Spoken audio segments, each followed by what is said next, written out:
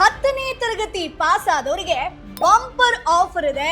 ದೇಶದ ಅತಿ ದೊಡ್ಡ ಪೊಲೀಸ್ ಪಡೆಯಾದಂತ CRPF ನಲ್ಲಿ ಕೆಲಸ ಮಾಡುವಂತ ಅವಕಾಶ ಇದೆ. ಕೇಂದ್ರ ಸರ್ಕಾರದಿಂದ ಒಂದಲ್ಲ ಎರಡಲ್ಲ 9,000ಕ್ಕೂ ಹೆಚ್ಚು ಬೃಹತ್ ನೇಮಕಾತಿಗೆ ಅಧಿಕೃತ ಅಧಿಸೂಚನೆ ಸಿಕ್ಕಿರುವಂತದ್ದು. ಇದೊಂದು ಈ ವರ್ಷದ ಅತಿ ದೊಡ್ಡ ಉದ್ಯೋಗದ ಅವಕಾಶ ಅಂತ ಹೇಳ್ಬೋದು. ಈ ಬೃಹತ್ ನೇಮಕಾತಿಯಲ್ಲಿ ನಮ್ಮ ಕರ್ನಾಟಕದ ಯುವಕರಿಗಾಗಿ ನೂರಾರು ಹುದ್ದೆಗಳನ್ನ ಮೀಸಲಿಟ್ಟಿದ್ದಾರೆ. ಆರಂಭದಲ್ಲೇ ತಿಂಗಳಿಗೆ ಸುಮಾರು 35,000ದಿಂದ 40,000 ರೂಪಾಯಿ ಸಂಬಳ, ಹಾಗೆ ಕೇಂದ್ರ ಸರ್ಕಾರದ ಎಲ್ಲ ಸೌಲಭ್ಯಗಳು ಸಿಗುವಂತ ಈ ಕೆಲಸ. ಕೇವಲ ಡ್ರೈವರ್ ಆಗಿರ್ಬೋದು, ಕಾನ್ಸ್ಟೇಬಲ್ ಮಾತ್ರ ಅಲ್ಲ, ಅಡುಗೆ ಆಗಿರ್ಬೋದು, ಟೈಲರಿಂಗ್ ಆಗಿರ್ಬೋದು, ಮೆಕ್ಯಾನಿಕ್ ಸೇರಿದಂತೆ 18 ವಿಭಾಗಗಳಲ್ಲಿ ನಿಮ್ಮಲ್ಲಿರೋ ಸ್ಕಿಲ್ಗೆ ತಕ್ಕಂತೆ ಇಲ್ಲಿ ಕೆಲಸವನ್ನ ಗಿಟ್ಟಿಸ್ಕೊಳ್ಬಹುದು. ಹಾಗಾದ್ರೆ ಈ CRPF ಕೆಲಸಕ್ಕೆ ಅರ್ಜಿ ಸಲ್ಲಿಸೋದು ಹೇಗೆ, ಪರೀಕ್ಷೆ ಹೇಗಿರುತ್ತೆ, ಏನೇನ್ ಟೆಸ್ಟ್ಗಳಿರುತ್ತೆ, ಇವೆಲ್ಲದರ ಬಗ್ಗೆ ಕಂಪ್ಲೀಟ್ ಮಾಹಿತಿಯನ್ನ ಈ ವಿಡಿಯೋದಲ್ಲಿ ತಿಳಿಸ್ಕೊಡ್ತೀನಿ.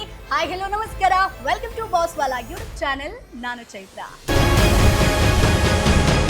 ಎಸ್, ಸರ್ಕಾರಿ ಕೆಲಸ ಗಿಟ್ಟಿಸ್ಕೊಳ್ಬೇಕು, ಅದರಲ್ಲೂ ಕೂಡ ಈ ದೇಶದ ಹೆಮ್ಮೆಯ CRPF ಕೇಂದ್ರ ಮೀಸಲು ಪೊಲೀಸ್ ಪಡೆ ಸೇರಿ ಸಮವಸ್ತ್ರ ಯೂನಿಫಾರ್ಮ್ ಅನ್ನ ಧರಿಸಬೇಕು ಅನ್ನೋದು ನಿಮ್ಮ ಕನಸ.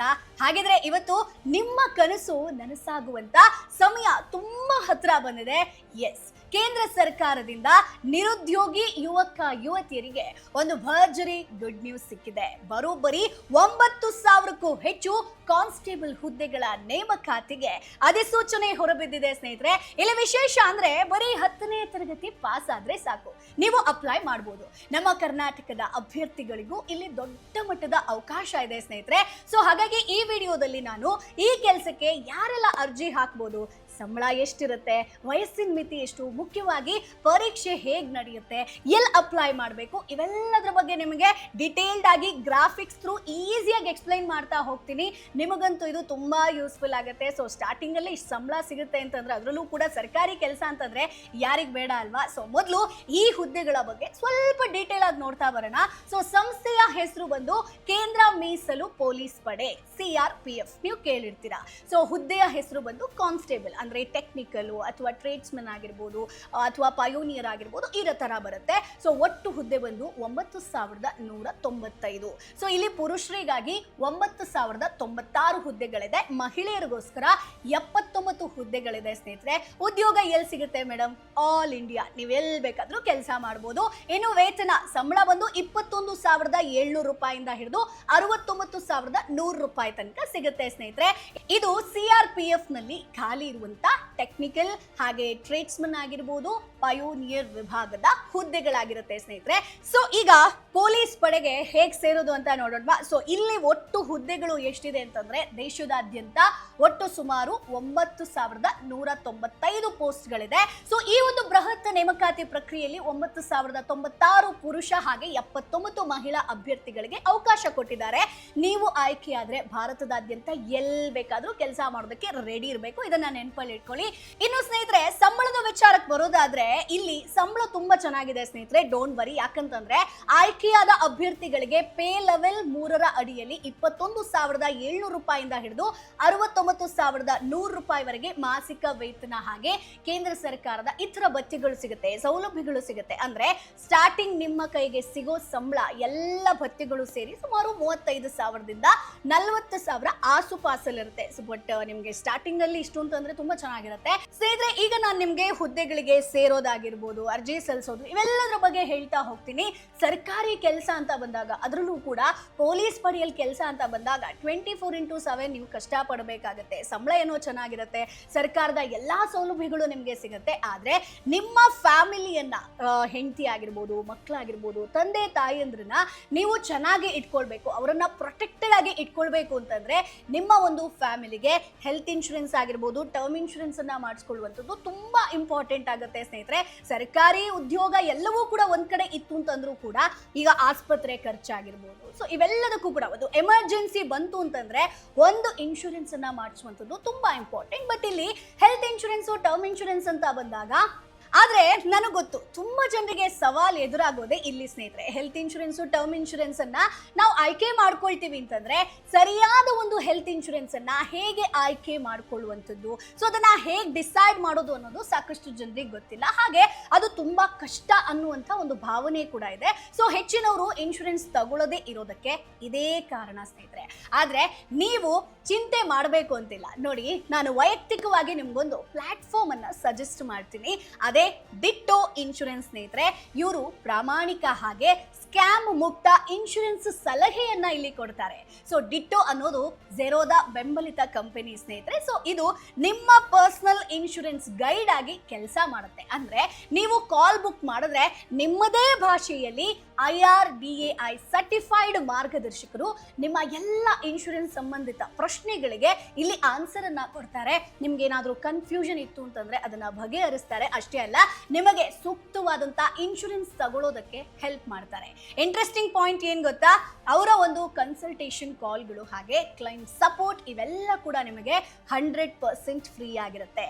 ಸೊ ಡಿಟ್ಟೋದವರು ಈಗಾಗಲೇ 13 ಲಕ್ಷಕ್ಕೂ ಹೆಚ್ಚು ಜನರಿಗೆ ಸರಿಯಾದ ಇನ್ಶೂರೆನ್ಸ್ ಆಯ್ಕೆ ಮಾಡ್ಕೊಳ್ಳೋದಕ್ಕೆ ಹೆಲ್ಪ್ ಮಾಡಿದ್ದಾರೆ ಸ್ನೇಹಿತರೆ. ಅವರ ಒಂದು ರೇಟಿಂಗ್ ಅನ್ನ ನಾವು ನೋಡಬಹುದು, 5ಕ್ಕೆ 4.9% ಅಷ್ಟಿದೆ. ಸೊ ನಿಮಗೆ ಸೂಕ್ತವಾದಂತ ಇನ್ಶೂರೆನ್ಸ್ ತೆಗೆದುಕೊಳ್ಳೋದಕ್ಕೆ ಡಿಟ್ಟೋ ಹೆಲ್ಪ್ ಮಾಡುತ್ತೆ ಸ್ನೇಹಿತರೆ. ಅಷ್ಟೇ ಅಲ್ಲ, ನಿಮ್ಮ ಕ್ಲೈಮ್ ಏನಾದ್ರೂ ರಿಜೆಕ್ಟ್ ಆಯ್ತು ಅಂತಂದ್ರೆ ಡಿಟ್ಟೋ ನಿಮ್ಮ ಪರವಾಗಿ ಎಲ್ಲ ದಾಖಲೆಗಳೊಂದಿಗೆ 24/7 ಫೈಟ್ ಮಾಡುತ್ತೆ. ನಾನಂತೂ ಹೆಲ್ತ್ ಇನ್ಶೂರೆನ್ಸ್ ತಗೊಳ್ಳೋ ಸಂದರ್ಭದಲ್ಲಿ ಡಿಟ್ಟೋ ಪ್ಲಾಟ್ಫಾರ್ಮ್ ಯೂಸ್ ಮಾಡಿದ್ದೀನಿ. ನನಗೆ ಇದರಿಂದ ತುಂಬಾ ಹೆಲ್ಪ್ಫುಲ್ ಆಗಿದೆ ಸ್ನೇಹಿತರೆ. ಇನ್ನೂ ಒಳ್ಳೆ ವಿಷಯ ಏನ್ ಗೊತ್ತಾ, ಏಜೆಂಟ್ಗಳಂತೆ ಡಿಟ್ಟೋದವರು ನಿಮಗೆ ಪದೇ ಪದೇ ಕಾಲ್ ಮಾಡಿ ತೊಂದರೆ ಕೊಡೋದಿಲ್ಲ. ಸೊ ನಿಮ್ಮ ಅನುಕೂಲಕ್ಕೆ ತಕ್ಕಂತೆ ನೀವು ಪಾಲಿಸಿಯನ್ನ ಇಲ್ಲಿ ಪರ್ಚೇಸ್ ಮಾಡಬಹುದು. ಸೊ ಹಾಗಾಗಿ ಫ್ರೀ ಕನ್ಸಲ್ಟೇಷನ್ ಕಾಲ್ ಅನ್ನ ಬುಕ್ ಮಾಡಿ ಸ್ನೇಹಿತರೆ. ಸೊ ಡಿಸ್ಕ್ರಿಪ್ಷನ್ ಅಲ್ಲಿ ಡಿಟ್ಟೋ ಲಿಂಕ್ ಅನ್ನ ಕೊಟ್ಟಿದ್ದೀನಿ, ಕ್ಲಿಕ್ ಮಾಡಿ ಕಾಲ್ ಬುಕ್ ಮಾಡ್ಕೊಳ್ಬಹುದು. ಸೊ ನನಗಂತೂ ಇದು ಸಿಕ್ಕಾಪಟ್ಟೆ ಯೂಸ್ಫುಲ್ ಆಗಿದೆ.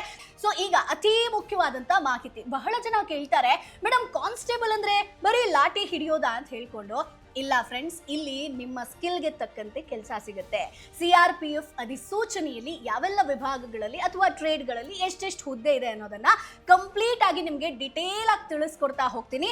ಸೊ ಈಗ ನೀವು ಗ್ರಾಫಿಕ್ಸ್ ಅಲ್ಲಿ ನೋಡ್ಬೋದು, ನಾನು ಟೇಬಲ್ ಅಲ್ಲಿ ಡಿಟೇಲ್ ಆಗಿ ಎಕ್ಸ್ಪ್ಲೈನ್ ಮಾಡಿದ್ದೀನಿ. ನೋಡಿ, ಇಲ್ಲಿ ನಿಮಗೆ ಟ್ರೇಡ್ ಅಥವಾ ವಿಭಾಗದ ಹೆಸರು ಜೊತೆಗೆ ಹುದ್ದೆಗಳ ಸಂಖ್ಯೆ ನಾನು ಹೇಳ್ತಾ ಹೋಗ್ತೀನಿ. ಸೊ ಇಲ್ಲಿ ನಿಮಗೆ ಡ್ರೈವರ್ ಚಾಲಕ ವಿಭಾಗದಲ್ಲಿ ನಿಮಗೆ 3176 ಹುದ್ದೆಗಳಿದೆ.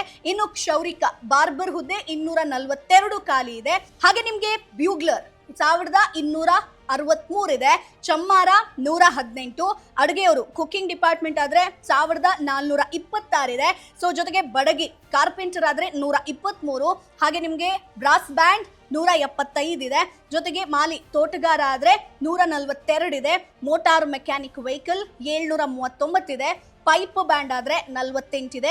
ಇನ್ನು ಪೇಂಟರ್ ಕೆಲಸಕ್ಕೆ ನೀವು ಸೇರ್ಕೋತೀರಾ ಅಂತಂದ್ರೆ 84 ಹುದ್ದೆಗಳಿದೆ. ಜೊತೆಗೆ ಸಫಾಯಿ ಕರ್ಮಚಾರಿ ಆದ್ರೆ ನಿಮಗೆ 547 ಇದೆ. ಜೊತೆಗೆ ಟೈಲರ್ ಆದ್ರೆ 197, ವಾಟರ್ ಕ್ಯಾರಿಯರ್ 529, ಅಗಸ 363 ಖಾಲಿ ಹುದ್ದೆಗಳಿದೆ.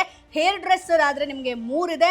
ಮೇಸ್ತ್ರಿ 13, ಎಲೆಕ್ಟ್ರಿಷಿಯನ್ 7. ಅಂದ್ರೆ ಇಲ್ಲಿ ಅತಿ ಹೆಚ್ಚಿರೋದಂದ್ರೆ ಡ್ರೈವರ್ ರೋಲ್ ಅಂತ ಹೇಳ್ಬೋದು. ಸೊ ಅತಿ ಹೆಚ್ಚು ಅಂತಂದ್ರೆ ಇಲ್ಲಿ ನಿಮಗೆ ಬರೋಬ್ಬರಿ 3176 ಹುದ್ದೆಗಳಿದೆ. ಸೊ ಹೆವಿ ವೆಹಿಕಲ್ ಲೈಸೆನ್ಸ್ ಇದ್ದವರಿಗೆ ಇದು ಜಾಕ್ ಪಾಟ್ ಅಂತಾನೆ ಹೇಳ್ಬೋದು.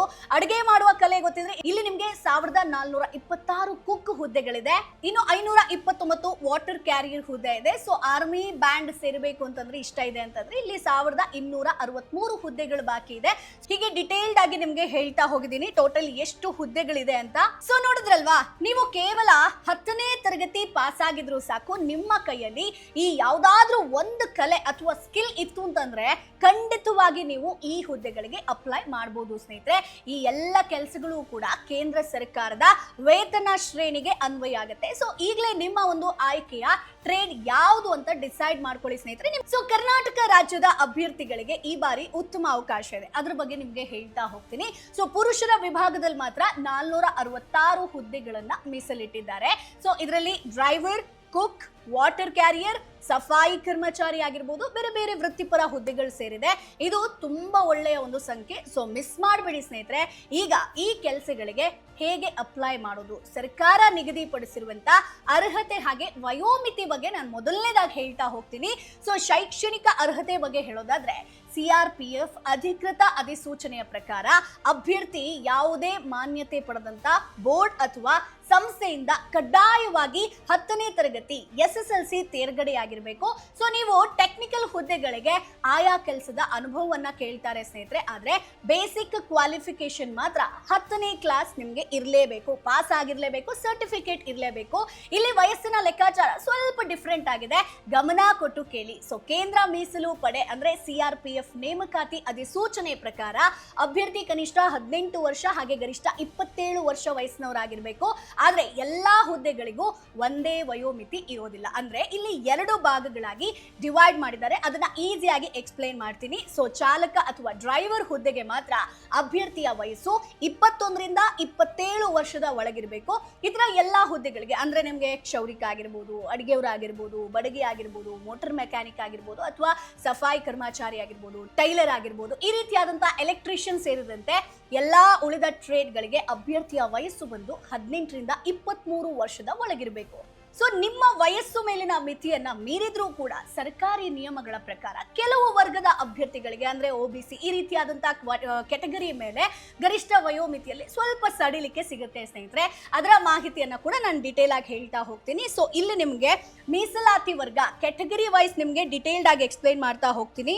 ಸೊ ಇಲ್ಲಿ ನಿಮ್ಗೆ ಪರಿಶಿಷ್ಟ ಜಾತಿ, ಪರಿಶಿಷ್ಟ ಪಂಗಡ ಅಂದ್ರೆ SC ST ಆದ್ರೆ 5 ವರ್ಷ, ಹಿಂದುಳಿದ ವರ್ಗ OBC ಆಗಿರ್ಬೋದು ಅಥವಾ ಬೇರೆ ಕೆಟಗರಿ ಆದ್ರೆ 3 ವರ್ಷ ಆಗಿರುತ್ತೆ. ಸೊ ಮಾಜಿ ಸೈನಿಕರು ಅಂದ್ರೆ 3 ವರ್ಷ ಇರುತ್ತೆ. ಸೊ ಸೈನ್ಯದಲ್ಲಿ ಸೇವೆ ಸಲ್ಲಿಸಿದ ಅವಧಿಯನ್ನ ಕಳೆದ ನಂತರ ಲೆಕ್ಕ ಹಾಕಿದ್ದಾರೆ. ಇನ್ನು 1984ರ ಗಲಭೆಯಲ್ಲಿ ಮೃತಪಟ್ಟವರ ಮಕ್ಕಳಿಗಂತಾನೆ ಇದೆ 5 ವರ್ಷ ನಿಮ್ಗೆ ವಯಸ್ಸಿನ ಸಡಿಲಿಕೆಯನ್ನ ಕೊಟ್ಟಿದ್ದಾರೆ. ಜೊತೆಗೆ 1984ರ ಗಲಭೆಯಲ್ಲಿ ಮೃತಪಟ್ಟವರ ಮಕ್ಕಳು OBC ವರ್ಗದವರಾಗಿದ್ರೆ 8 ವರ್ಷ ಸಡಿಲಿಕೆಯನ್ನ ಕೊಟ್ಟಿದ್ದಾರೆ. 1984ರ ಗಲಭೆಯಲ್ಲಿ ಮೃತಪಟ್ಟವರ ಮಕ್ಕಳು SC ST ಕೆಟಗರಿ ಆಯ್ತು ಅಂತಂದ್ರೆ 10 ವರ್ಷದ ಸಡಿಲಿಕೆಯನ್ನ ಕೊಟ್ಟಿದ್ದಾರೆ. ಸೊ ಪರಿಶಿಷ್ಟ ಜಾತಿ ಹಾಗೆ ಪರಿಶಿಷ್ಟ ಪಂಗಡ ಆಗಿರ್ಬೋದು, ಅಥವಾ ನೀವು ಆಲ್ರೆಡಿ ನೀವು ಸೇನೆಯಲ್ಲಿ ಸೇವೆ ಸಲ್ಲಿಸಿದ್ದೀರಾ, ಹಿಂದುಳಿದ ವರ್ಗದವರು ಆಗಿದ್ರೆ ಇಷ್ಟು ಒಂದು ಸಡಿಲಿಕೆಯನ್ನ ಕೊಟ್ಟಿದ್ದಾರೆ. ಸೊ ಈಗ ಅರ್ಜಿ ಹಾಕೋಕೆ ಎಷ್ಟು ದುಡ್ಡು ಕೊಡಬೇಕು ಅಂತ ನೋಡೋದಾದ್ರೆ ಸಾಮಾನ್ಯ ಜನರಲ್ ಆಗಿರ್ಬೋದು, EWS ಹಾಗೆ OBC ಪುರುಷರಿಗೆ 100 ರೂಪಾಯಿ ಮಾತ್ರ. ನೋಡಿ, ಇಷ್ಟು ಕಡಿಮೆ ಫೀಸ್ ಇರುವಾಗ ಚಾನ್ಸ್ ಮಿಸ್ ಮಾಡ್ಕೊಳಕ್ ಹೋಗ್ಬೇಡಿ. ಇನ್ನು SC ST ಆಗಿರ್ಬೋದು, ಮಹಿಳಾ ಅಭ್ಯರ್ಥಿಗಳಿಗೆ ಯಾವುದೇ ಶುಲ್ಕ ಇಲ್ಲ, ಅಂದ್ರೆ ನೀವು ಫ್ರೀ ಆಗಿ ಅಪ್ಲೈ ಮಾಡಬಹುದು. ಅಂದ್ಹಾಗೆ ಅರ್ಜಿ ಶುಲ್ಕವನ್ನ ಕೇವಲ ಆನ್ಲೈನ್ ಮೂಲಕ ಮಾತ್ರ ಪಾವತಿಸಬೇಕು. ಇದನ್ನ ನೀವು ಗಮನದಲ್ಲಿ ಇಟ್ಕೊಳ್ಬೇಕು ಸ್ನೇಹಿತರೆ. ಈಗ ಈ ವಿಡಿಯೋದ ಅತಿ ಮುಖ್ಯ ಭಾಗಕ್ಕೆ ಬರೋಣ. ಅದೇನಂದ್ರೆ ಆಯ್ಕೆ ಪ್ರಕ್ರಿಯೆ ಹೇಗ್ ನಡೆಯುತ್ತೆ ಅನ್ನೋದು. ಸೊ ಈ ಹುದ್ದೆಗಳಿಗೆ ಅಭ್ಯರ್ಥಿಗಳನ್ನ 6 ಹಂತಗಳಲ್ಲಿ ಪರೀಕ್ಷೆಯನ್ನ ನಡೆಸಿ ಆಯ್ಕೆ ಮಾಡ್ತಾರೆ. ಮೊದಲನೇದಾಗಿ ದೈಹಿಕ ಸಾಮರ್ಥ್ಯ ಪರೀಕ್ಷೆ. ಇಲ್ಲಿ ಓಟದ ಪರೀಕ್ಷೆ ಇರುತ್ತೆ, ಫಿಸಿಕಲ್ ಫಿಟ್ ಇರೋದು ತುಂಬಾ ಇಂಪಾರ್ಟೆಂಟ್ ಆಗಿರುತ್ತೆ. ಇನ್ನು ದೈಹಿಕ ಮಾಪನ ಪರೀಕ್ಷೆ, ನಿಮ್ಮ ಎತ್ತರ, ಹೈಟ್ ಆಗಿರ್ಬೋದು, ತೂಕ, ಎದೆಗಾರಿಕೆಯನ್ನ ಚೆಕ್ ಮಾಡ್ತಾರೆ. ನೆಕ್ಸ್ಟ್ ರಿಟನ್ ಎಕ್ಸಾಮ್ ಇರುತ್ತೆ, ಇದು ಕಂಪ್ಯೂಟರ್ ಮೂಲಕ ನಡೆಯುವಂತಹ ಪರೀಕ್ಷೆ. ಇಲ್ಲಿ ನೀವು ಅಂಕ ಗಳಿಸೋದು ತುಂಬಾ ಇಂಪಾರ್ಟೆಂಟ್. ಇನ್ನು ಕೌಶಲ್ಯ ಪರೀಕ್ಷೆ, ನೀವು ಕುಕ್ ಅಂತ ಹಾಕಿದ್ರೆ ಅಡುಗೆ ಮಾಡೋದಕ್ಕೆ ಹೇಳ್ತಾರೆ, ಡ್ರೈವರ್ ಅಂತ ಇದ್ರೆ ಗಾಡಿ ಓಡಿಸೋದಕ್ಕೆ ಹೇಳ್ತಾರೆ. ಸೊ ನಿಮ್ಮ ಸ್ಕಿಲ್ ಅನ್ನ ಟೆಸ್ಟ್ ಮಾಡುವಂತ ಪರೀಕ್ಷೆ. ಇನ್ನು ದಾಖಲಾತಿ ಪರಿಶೀಲನೆ, ನಿಮ್ಮ ಮಾರ್ಕ್ಸ್ ಕಾರ್ಡ್ ಆಗಿರ್ಬೋದು ಅಥವಾ ಕಾಸ್ಟ್ ಸರ್ಟಿಫಿಕೇಟ್ ಅಸಲಿ ಇದೆಯಾ ಇಲ್ವಾ ಅನ್ನುವಂಥದ್ದನ್ನ ಚೆಕ್ ಮಾಡ್ತಾರೆ. ಇನ್ನು ವೈದ್ಯಕೀಯ ಪರೀಕ್ಷೆ ತುಂಬಾ ಇಂಪಾರ್ಟೆಂಟ್. ಲಾಸ್ಟ್ ಸ್ಟೆಪ್ ನಲ್ಲಿ ನೀವು ಮೆಡಿಕಲ್ ಫಿಟ್ ಇದ್ದೀರಾ ಅನ್ನುವಂಥದ್ದನ್ನ ಒಂದು ಡಿಸೈಡ್ ಮಾಡುವಂತ ಒಂದು ಎಕ್ಸಾಮ್ ಆಗಿದೆ. ಸೊ ಈ 6 ಹಂತಗಳಲ್ಲಿ ನೀವು ಪಾಸ್ ಆದ್ರಿ ಅಂತಂದ್ರೆ ನಿಮ್ಮ ಕೈಯಲ್ಲಿ ಅಪಾಯಿಂಟ್ಮೆಂಟ್ ಆರ್ಡರ್ ಇರುತ್ತೆ. ಸೊ ಈಗ ಈ ಹುದ್ದೆಗಳಿಗೆ ಅರ್ಜಿ ಸಲ್ಲಿಸೋದು ಹೇಗೆ ಅನ್ನೋದನ್ನ ಡಿಟೇಲ್ ಆಗಿ ಹೇಳ್ತಾ ಹೋಗ್ತೀನಿ. ಅಂದಾಗೆ ಈ ಹುದ್ದೆಗಳಿಗೆ ಆನ್ಲೈನ್ ಅಲ್ಲಿ ಮಾತ್ರ ಅರ್ಜಿ ಸಲ್ಲಿಸೋದಕ್ಕೆ ಅವಕಾಶ ಇರುತ್ತೆ. ಸೊ ಆಸಕ್ತರು CRPF ನ ಅಧಿಕೃತ ನೇಮಕಾತಿ ಜಾಲತಾಣ, ನಾನು ಅದರ ವೆಬ್ಸೈಟ್ ಲಿಂಕ್ ಅನ್ನ ಕೂಡ ಹಾಕಿದ್ದೀನಿ, ಅಲ್ಲಿ ಹೋಗಿ ನೀವು ಅರ್ಜಿಯನ್ನ ಸಲ್ಲಿಸಬಹುದು. ಸೊ ಒಂದಷ್ಟು ಹಂತಗಳನ್ನ ನೀವು ಫಾಲೋ ಮಾಡಬೇಕಾಗತ್ತೆ. ಸೊ ಮೊದಲನೇದಾಗಿ ನೀವು ನಾನು ಏನು ಲಿಂಕ್ ಅನ್ನ ಕೊಟ್ಟಿದ್ದೀನೋ ಆ ಒಂದು ಅಧಿಕೃತ ವೆಬ್ಸೈಟ್ಗೆ ನೀವು ಭೇಟಿ ಕೊಡಬೇಕಾಗತ್ತೆ. ಸೊ ಅಲ್ಲಿ ನೋಟಿಫಿಕೇಶನ್ ಅನ್ನುವಂಥದ್ದು ಇರುತ್ತೆ. ಸೊ ಆ ಒಂದು ಲಿಂಕ್ ಅನ್ನ ನೀವು ಕ್ಲಿಕ್ ಮಾಡಿ ಹುದ್ದೆಗೆ ಅರ್ಹರ ಅನ್ನುವಂಥದ್ದನ್ನ ಚೆಕ್ ಮಾಡ್ಕೊಳ್ಬೇಕಾಗತ್ತೆ. ಹಂತ 2 ಬಂದು ಅರ್ಜಿ ಸಲ್ಲಿಸೋದಕ್ಕೆ ಕೂರೋ ಮುನ್ನ ನಿಮ್ಮ ಬಳಿ ಚಾಲ್ತಿಯಲ್ಲಿರುವಂತ ಮೊಬೈಲ್ ನಂಬರ್, ಇಮೇಲ್ ID ಆಗಿರ್ಬೋದು, ಅಗತ್ಯ ದಾಖಲೆಗಳನ್ನ ಅಥವಾ ಗುರುತಿನ ಚೀಟಿ, 10ನೇ ತರಗತಿಯ ಒಂದು ಮಾರ್ಕ್ಸ್ ಕಾರ್ಡ್ ಆಗಿರ್ಬೋದು, ಕಾಸ್ಟ್ ಸರ್ಟಿಫಿಕೇಟ್, ಇದೆಲ್ಲವನ್ನ ರೆಡಿ ಮಾಡಿಟ್ಕೊಳ್ಬೇಕು. ಅದಾದ್ಮೇಲೆ ಏನ್ ಹೇಳ್ಬೇಕು, ಹಂತ 3 ಬಂದು ಈ ಒಂದು ವೆಬ್ಸೈಟ್ ಹೋಗಿ ಅಲ್ಲಿ ಅರ್ಜಿಯನ್ನ ಸಲ್ಲಿಸಬೇಕು. ಅಲ್ಲಿ ಅಪ್ಲೈ ಆನ್ಲೈನ್ ಅನ್ನುವಂತ ಒಂದು ಲಿಂಕ್ ಮೇಲೆ ನೀವು ಕ್ಲಿಕ್ ಮಾಡಬೇಕಾಗತ್ತೆ. ಅಲ್ಲಿ ಫಾರ್ಮ್ ನಲ್ಲಿ ಕೇಳಿರುವಂತ ಎಲ್ಲ ಮಾಹಿತಿಯನ್ನ ಸರಿಯಾಗಿ ಫಿಲ್ ಮಾಡಬೇಕು. ನಂತರ ನಿಮ್ಮ ಇತ್ತೀಚಿನ ಪಾಸ್ಪೋರ್ಟ್ ಸೈಜ್ ಫೋಟೋ ಹಾಗೆ ಸಹಿ ಜೊತೆಗೆ ಅಗತ್ಯ ದಾಖಲೆಗಳನ್ನ ಸ್ಕ್ಯಾನ್ ಮಾಡಿ ಅಪ್ಲೋಡ್ ಮಾಡಬೇಕಾಗುತ್ತೆ. ಮಾಡಬೇಕಾಗತ್ತೆ ಸ್ನೇಹಿತರೆ. ಹಂತ 5 ಬಂದು ನಿಮ್ಮ ವರ್ಗಕ್ಕೆ ಅರ್ಜಿ ಶುಲ್ಕ ಅನ್ವಯ ಆದ್ರೆ ಆನ್ಲೈನ್ ಮೂಲಕ ನೀವು ಪಾವತಿಸಬೇಕು. ಫ್ರೀ ಅಂತಂದ್ರೆ ನಿಮಗೆ ಆನ್ಲೈನ್ ಅಲ್ಲಿ ಪಾವತಿಸುವಂತ ಅವಶ್ಯಕತೆ ಇರೋದಿಲ್ಲ. ಕೊನೆಯದಾಗಿ ಸಬ್ಮಿಟ್ ಬಟನ್ ಮೇಲೆ ಕ್ಲಿಕ್ ಮಾಡಬೇಕಾಗತ್ತೆ ಸ್ನೇಹಿತರೆ.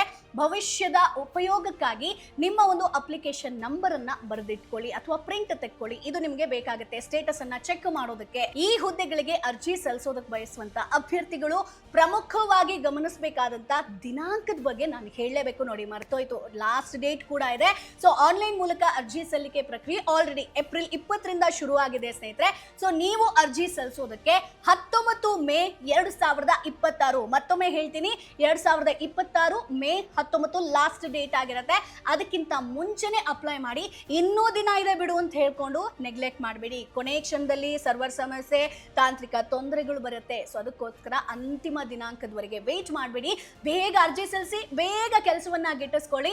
ಜೊತೆಗೆ ಹೆಲ್ಪ್ ಲೈನ್ ನಂಬರ್ ಕೂಡ ನಾನು ಸ್ಕ್ರೀನ್ ಮೇಲೆ ಡಿಸ್ಪ್ಲೇ ಮಾಡಿರ್ತೀನಿ, ಅದನ್ನು ಕೂಡ ನೀವು ಸಂಪರ್ಕಿಸಬಹುದು. ಸೊ ಈ ಕಾಲದಲ್ಲಿ ಒಂದು ಗೌರ್ಮೆಂಟ್ ಜಾಬ್ ಸಿಗೋದು ಅಂದ್ರೆ ಸಾಮಾನ್ಯ ವಿಷಯ ಅಲ್ವೇ ಅಲ್ಲ. ಎಲ್ರಿಗೂ, ಎಷ್ಟೋ ಜನರಿಗೆ ಕನಸಿದೆ ಸರ್ಕಾರಿ ಕೆಲಸ ಬೇಕು ಅಂತ. ಅದು ಕೂಡ ನಮ್ಮ ದೇಶದ ರಕ್ಷಣಾ ಪಡೆಯಲ್ಲಿ ಸಿಗೋದು ಅಂತಂದ್ರೆ ಅದಕ್ಕಿಂತ ಹೆಮ್ಮೆ ವಿಷಯ ಇನ್ನೊಂದಿಲ್ಲ ಅಲ್ವಾ. ಸೊ 9,000ಕ್ಕಿಂತ ಹೆಚ್ಚು ಪೋಸ್ಟ್ಗಳಿರೋ ಇಂಥ ಚಾನ್ಸ್ ವರ್ಷಕ್ಕೆ ಒಂದೇ ಸಲ ಬರುತ್ತೆ. ಸೊ 10ನೇ ಕ್ಲಾಸ್ ಪಾಸ್ ಆಗಿರೋರು ಇವತ್ತೇ ನಿಮ್ಮ ತಯಾರಿ ಶುರು ಮಾಡಿ. ಈ ವಿಡಿಯೋನ ನಿಮ್ಮ ಫ್ರೆಂಡ್ಸ್ ಗ್ರೂಪಿಗೆ ಶೇರ್ ಮಾಡೋದನ್ನ ಮರಿಬೇಡಿ. ಫ್ಯಾಮಿಲಿ ಮೆಂಬರ್ಸಿಗೆ ಶೇರ್ ಮಾಡಿ. ತುಂಬಾ ಜನರಿಗೆ ನಮಗೆ ಸರ್ಕಾರಿ ಕೆಲಸ ಸಿಗಬೇಕು, ಪೊಲೀಸ್ ಪಡೆಯಲ್ಲಿ ನಾವು ಕೆಲಸ ಮಾಡಬೇಕು, ಆ ಯೂನಿಫಾರ್ಮ್ ಅನ್ನ ಲೈಫಲ್ಲಿ ಒಂದ್ಸರಿ ಆದ್ರೂ ಹಾಕಬೇಕು ಅನ್ನುವಂತ ಕನಸಿರುತ್ತೆ. ಸೊ ಹಾಗಾಗಿ ವಿಡಿಯೋನ ಈ ಕೂಡಲೇ ಶೇರ್ ಮಾಡಿ. ಇನ್ ಕೇಸ್ ನಿಮಗೆ ಈ ಕೆಲಸದಲ್ಲಿ ಇಂಟ್ರೆಸ್ಟ್ ಇತ್ತು ಅಂತಂದ್ರೆ ಬೇಗ ಅಪ್ಲೈ ಮಾಡಿ. ಈ ವಿಡಿಯೋದಲ್ಲಿ ಏನಾದರೂ ಡೌಟ್ ಇತ್ತು ಅಂತಂದ್ರೆ ಕಮೆಂಟ್ ಬಾಕ್ಸ್ ಅಲ್ಲಿ ಡೈರೆಕ್ಟ್ ಆಗಿ ಕೇಳಬಹುದು. ಜೊತೆಗೆ ನಮ್ಮ ಚಾನೆಲ್ ಅನ್ನ ಸಬ್ಸ್ಕ್ರೈಬ್ ಮಾಡೋದನ್ನ ಮರಿಬೇಡಿ. ಈ ರೀತಿಯಾದಂತಹ ಜಾಬ್ ಅಪ್ಡೇಟ್ ಆಗಿರ್ಬೋದು, ಸರ್ಕಾರಿ ಒಂದಷ್ಟು ಸ್ಕೀಮ್ಸ್ ಗಳಾಗಿರ್ಬೋದು, ಅಥವಾ ಬೇರೆ ಬೇರೆ ವಿಡಿಯೋಸ್ ಗಳನ್ನ ಈ ಯೂಟ್ಯೂಬ್ ಚಾನೆಲ್ ಅಲ್ಲಿ ಹಾಕ್ತಾ ಇರ್ತೀವಿ. ಸೊ ಹಾಗಾಗಿ ಸಬ್ಸ್ಕ್ರೈಬ್ ಮಾಡೋದನ್ನ ಮರಿಬೇಡಿ. ಮುಂದಿನ ಎಪಿಸೋಡ್ ಅಲ್ಲಿ ಮತ್ತೆ ನಿಮ್ಮನ್ನ ಭೇಟಿ ಆಗ್ತೀನಿ. ಅಲ್ಲಿವರೆಗೂ ಬೈ ಬಾಯ್. ಬ್ರ್ಯಾಂಡ್ ಪಾರ್ಟ್ನರ್ಶಿಪ್ ಮತ್ತು ಜಾಹೀರಾತಿಗಾಗಿ ಸಂಪರ್ಕಿಸಿ brand@bosswala.com. WhatsApp number 9108014192. Bosswala. Be the boss.